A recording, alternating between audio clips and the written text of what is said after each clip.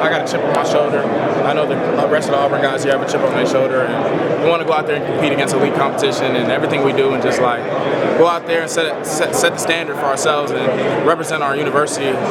So every time I come out there, I come out there with an underdog mentality, and I just want to prove to people that I can play this game at a high level. With the NFL becoming so specialized, do you feel like you fit better as a Mike or as a Will type of linebacker? I do think I've been primarily Will, but I do think I have the leadership ability and I'm vocal enough to play the Mike linebacker position. I'm somebody that can fit gaps, be disruptive in the run game, and cause violent collisions on running backs. And I've shown that, and I'm going to continue to try to show that. And the biggest thing for me is just whatever team it is, giving me an opportunity. Whether it's Mike or Will, I'm grateful for that opportunity. The Bucs have one of the best linebackers in the NFL, Avante David. Nebraska. That's right. Can you talk a little bit about your awareness of his game and what might it be like to play with him? Yeah, I'm very familiar with Avante David, first and foremost. My brother played at Nebraska, so there's a kind of a little tradition there. My brother wore number 4. Avante wore number 4, so it's kind of like a Husker tradition to wear 4, like the great players on defense wear 4. Just seeing them play, seeing Avante play, he was somebody that flies sideline to sideline. He's an elite communicator on the defense.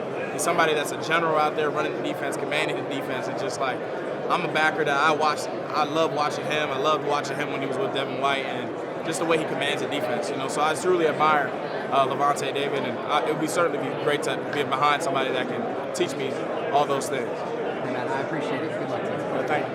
Eugene, tell me what this week's been like for you, and what are you kind of learning out there? What are you trying to work on? This week's been great for me, man. I'm grateful to be in this room. I'm grateful to be around such elite competition, and I take pride in being able to represent my university.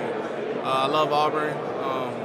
They don't know how special that place is to me, and I just want to come out here and represent them well, and everything I do, whether it's the interviews or playing football, just playing the game I love, just going out there and doing it with max effort. Speaking of Auburn, obviously the recruiting has been really good the past couple of years. Didn't quite get the results you guys made, wanted for a lot of last year, but where do you see kind of the future and the trajectory of that program? I see them skyrocketing, truthfully and honestly. And it's fine for society to label them the underdog, and that's okay. And I continue to try to emphasize to the guys over there that, you may not get the notoriety you want in January, but when September and August hits, you go create that for yourself. And it's okay to be, disrespected right now, but take that disrespect and go put it onto the football field. And I'm trying to build those guys up and allow those guys to understand and have a chip on their shoulder and to play for the pride of their school, not for any NIL money, not for compensation, but to play for the pride of the school. And that's what the sport has lost in college football, and we need to bring that back. So I continue to try to harp that to the leaders, and we're going to see some great things on that field from Auburn in the fall. They've obviously got plenty of young talent, but from when you were around them, what kind of traits, you talked about that next group of leaders, what did you see in those guys to where, I guess just mentally, and the leadership of some of those young guys? Yeah, I think, I see some great leadership skills from a couple of those guys in that room. I see Keldrick Falk take charge as a vocal leader. When I might have not had the words to say certain things or couldn't process certain things and the adversity that we were going through last year, Keldrick really stepped up and established himself as a leader in that room. And he's undisputedly the leader of that team. And, as a leader, a lot is put on you. And I challenge Keldrick every day.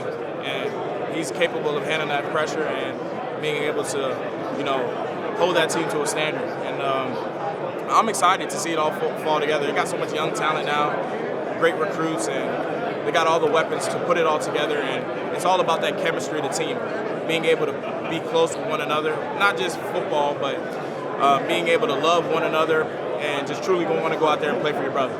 For you, I'm sure you've probably had some time to reflect since the season ended. What are you going into this next phase here that you're going to remember most about your time in college? Truthfully and honestly, I'm going to remember adversity probably the most.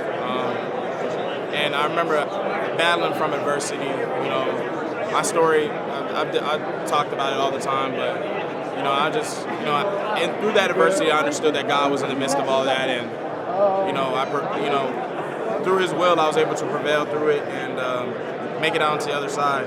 So I'll say this, I'm grateful for all the people that played a pivotal role in my life and when I was going through that adversity, and they don't know how much they mean to me, and I try to tell them I love them every time I talk to them, and some people just say that to say it, but I mean it from a genuine place of love, and I'm so grateful for everyone that played a role in my journey this far.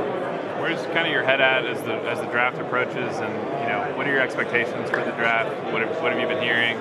I'm just for the draft. I'm excited. As you talk about it, it's something that you dreamed of ever since you were a kid, and quite frankly, I'm just grateful to be in a room with guys that are considered to get drafted into the National Football League. And we talk about the percentages all the time, and I remember all the days that people told me I couldn't do it and I couldn't accomplish it, and I just remember that, and I stayed steadfast, and I stayed true to who I am, and I never wavered my principles or morals ever at all through that process, and I made it this far, and God has brought me this far. So I'm just grateful to be able to be considered for the NFL draft, and the feedback and stuff, it's all great, and that you hear from teams and stuff, but just being grateful for the moment and being here in this room.